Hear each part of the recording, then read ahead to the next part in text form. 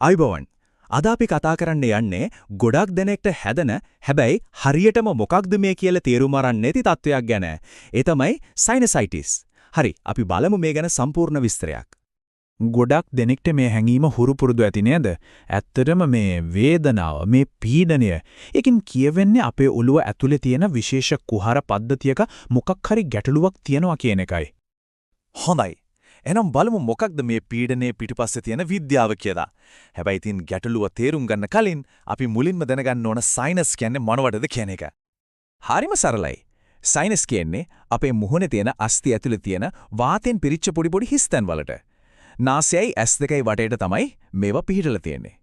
මේවා ඇතුලේ තියෙනවා තුනී සෙම පටලයක්. ඒකෙන් කරන්නේ ඇතුලට එන විෂ බීජ අල්ලගන්න එක. ඊට අමතරව අපේ හිස් කබලේ බර අඩු කරන ගමන් සමහර විට මේක නම් ගොඩක් දෙනෙක් දන්නේ නැතුව ඇති අපේ කටහඬේ තියෙන අනුනාදයට ඒ කියන්නේ ඒ සවුන්ඩ් එකටත් මේ සයිනස් කෙලින්ම බලපානවා. ඉතින් එතකොට මොකද්ද මේ සයිනසයිටිස් කියන්නේ? හරි සරලයි. අර නිරෝගීව තියෙන්න ඕන සයිනස් පටලයේ තියෙනවනේ. අන්න ඒක ඉදිමින එකට ඒ කියන්නේ ප්‍රදාහයට ලක් වෙන එකට තමයි කියන්නේ. දැන් මේක ඉදිමුනාම මොකද වෙන්නේ? සෙම එළියට යන පාරවල් ඔක්කොම හිර වෙනවා. සෙම ඇතුලේම එකතු වෙනවා. මේක තීරුම් ගන්න තියෙන හොඳම විදිහක් තමයි මේ හරියට අපේ ගෙදර වතුර බටයක් හිර වුණා වගේ කියලා හිතන්නකෝ. බටේ හිර වුණාම වතුර එළියට යන්නේ නැහැ. ඒක තැන පිරිල ප්‍රශ්න ඇති වෙනවනේ. අන්න ඒ වගේම තමයි. සෙම හරියට ගලාගෙන යන්න බැරිව හිර වුණාම ඒ කුහර ඇතුලේ පීඩනය වැඩි වෙලා දරුණු වේදනාවක් එනවා. ඔන්න බලන්න මේ ස්ලයිඩ් එකේ තියෙන සංසන්දනය වෙනස කොච්චර පැහැදිලිද කියලා පේනව නේද? එක පැත්තක තියෙන නිරෝගී සයිනසක්. පාරවල් ඔක්කොම ඇරිලා සෙම කිසිම බාධාවක් නැතුව ගලාගෙන යනවා. අනිත් පැත්තේ තියෙන්නේ සයිනසයිටිස් හැදිච්ච එකක්. බලන්න පටලය ඉදිමිලා පාරවල් ඔක්කොම හිර වෙලා සෙම එටුතු වෙලා.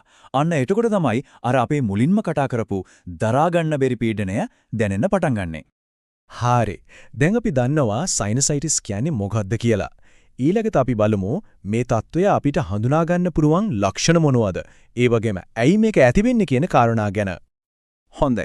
මේ තියෙන්නේ අවධානය යොමු කරන්නම ඕනේ ප්‍රධානම රෝග ලක්ෂණ ටික. මුහුණේ දැනෙන වේදනාව නැත්තම් පීඩනය, උකු කහපාටට හුරු, සමහර විට කොළ පාටට හුරු සෙම, නාසය හිරවීම, ඒ වගේම එකපාරටම ගඳ සුවඳ දැනෙන එක අඩු වෙන එක තමයි මූලිකවම දකින්න ලැබෙන්නේ. ඒ ටිකට අමතරව සමහර වෙලාවට අපි හිතන්නේවත් නැති ලක්ෂණත් මතුවෙන්න පුළුවන්. උදාහරණයක් විදිහට උඩ දත්වල වේදනාවක්. දැන් හිතේ සයිනස් වලටයි දත්වලටයි මොකද්ද තියෙන සම්බන්ධය කියලා. හේතුව තමයි අපේ උඩ දත්වල මුල් තියෙන්නේ සයිනස් කුහරවලට හරිම කිට්ටුවෙන්. ඉතින් සයිනස් වල පීඩනය වැඩි වෙනකොට ඒක දත්වලටත් දැනෙනවා. මේ තත්ත්වයේ පවතින කාලය අනුව වර්ග 3කට බෙදෙනවා. ගොඩක්ම දෙනෙක්ට හැදෙන්නේ උග්‍ර. එහෙම නැත්නම් acute තත්ත්වය. ඒ කියන්නේ සති 4කට වඩා අඩු කාලයයි මේක තියෙන්නේ. හැබැයි සමහර වෙලාවට මේක සති 12ක් දක්වා සමහර විට ඊටත් වඩා දිගු කාලයක්. ඒ කියන්නේ නිදන්ගතව පවතින්නත් පුරුවන්. ඉතින් ප්‍රශ්නේ තියෙන්නේ ඇයි මේක හැදෙන්නේ කියන එක. මේ ස්ලයිඩ් එක බැලුවම ඒකට හොඳ උත්තරයක් ලැබෙනවා. වැදගත්ම දේ තමයි මේක සයිනසයිටිස් කියන්නේ තනියම හැදෙන ලෙඩක් නෙවෙයි. ඒක හැම විටම වගේ වෙන මොකක් හරි දෙයක ප්‍රතිඵලයක්. බලන්නකො 60%ක්ම ඒ කියන්නේ භාගයකටත් වැඩි හේතුව වෙන්නේ සාමාන්‍ය සෙම් ප්‍රතිශාව වගේ වෛරස් ආසාදන. ඒ කියන්නේ හෙම්බිරිස්සාවකින් තමයි ගොඩක් වෙලාවට මේ ඔක්කොම පටන් ගන්නෙ. හරි. දැන් අපි මේ ගැටලුව ගැන හොඳටම තේරුම් අරන් ඉවරයි.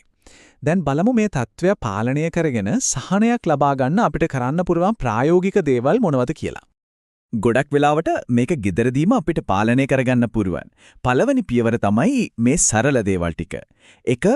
සෙම තුනී වෙන්න ඕන නිසා හොඳට වතුර උණුසුම් තේ වගේ දේවල් බොන්න.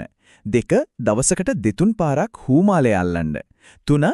වේදනාව තියෙන තැන් උණුසුම් රෙද්දකින් ටිකක් වෙලා තවන්න. 4 වෙනි සහ වැදගත්ම දේ ශරීරයට සුව වෙන්න අවශ්‍ය විවේකය හරියටම ලබා දෙන්න. අර මූලික දේවල් වලට අමතරව තව කරන්න පුළුවන් දේවල් තියෙනවා.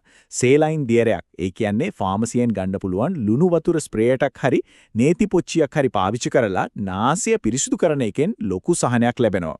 මොකද ඒකෙන් හිර වෙලා තියෙන සෙම ටික ඉවත් වෙනවා. ඒ වගේම නිදා ගන්නකොට ඔළුව ටික උඩින් තියාගන්න එකත් හොඳයි.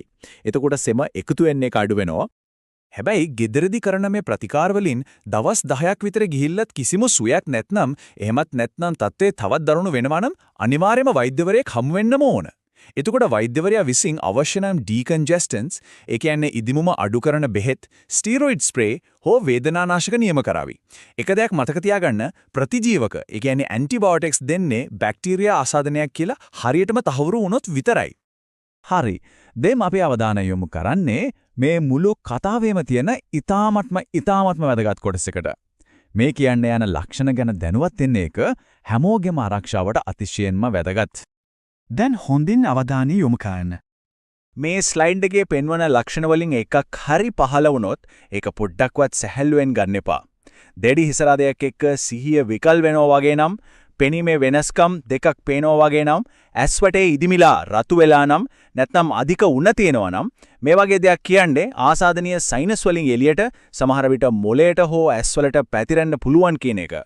මේක හරිම කලාතුරකින් වන දෙයක්. හැබැයි වුණොත් හරිම බරපතලයි. ඒ නිසා එහෙම දෙයක් වුණොත් වහාම හදිසි වෛද්‍ය ප්‍රතිකාර ලබා ගන්න. හරි. ඒ බරපතල නතුරු ඇඟවීම් වලින් පස්සේ අපි ආයෙත් ධනාත්මක ප්‍රච්චට හැරෙමු. මේ තත්ත්වය අනාගතයේදී ඇතිවෙන එක වළක්වා ගන්න අපිට මොනවද කරන්න පුළුවන් කියලා දැන් බලමු. හැම විටම කියන දෙයක් තමයි ප්‍රතිකාර කරනවට වඩා ලෙඩේ හැදෙන එක වළක්වා ගන්න එක හොඳයි කියලා. ඉතින් නිතර අත්සේදීම විශේෂයෙන්ම සෙම් ප්‍රතිශාකා කාලෙට අසාත්මිකතා තියනා නම් ඒවා හරියට පාලනය කරගන්න එක, දුම් සහ දූෂණයෙන් ඈත් වෙලා ඉන්න එක, දවස පුරා හොඳට වතුර බොන එක මේ වගේ සරල පුරුදු වලින් මේ අවදානම සැලකිය යුතු විදිහට අඩු කරගන්න පුළුවන්. මේ සම්පූර්ණ කතාවෙන්ම මතක තියාගන්න ඕනේ එකම එක ප්‍රධානම කරුණක් තියෙනවා නම් අන්න ඒක තමයි මේ. වැදගත්ම පණිවිඩය තමයි මේක. බොහෝ වෙලාවට සයිනොසයිටිස් කියන්නේ ගෙදරදීම කරන සත්කාර වලින් සුවාතට හැරෙන තත්ත්වයක්. හැබැයි වෛද්‍ය උපකාර හොයාගෙන යන්න ඕනේ වෙලාව මොකක්ද කියලා හරියටම දැනගෙන ඉන්න එක තමයි තමන්ගේ සෞඛ්‍ය ආරක්ෂා කරගන්න තියෙන හොඳම ක්‍රමය. අවසාන වශයෙන් මේ ප්‍රශ්නේ ගැන පොඩ්ඩක් හිතන්න. Tamanගේ සයිනස් නිරෝගීව තියාගන්න දවස ගානේ ජීවිතයට එකතු කරගන්න පුරුවන් එකම එක පොඩි සරල පුරුද්දක් මොකක් වෙන්න පුරුවන්ද? ඒ ගැන හිතන එකම හොඳ ආරම්භයක් වේවි.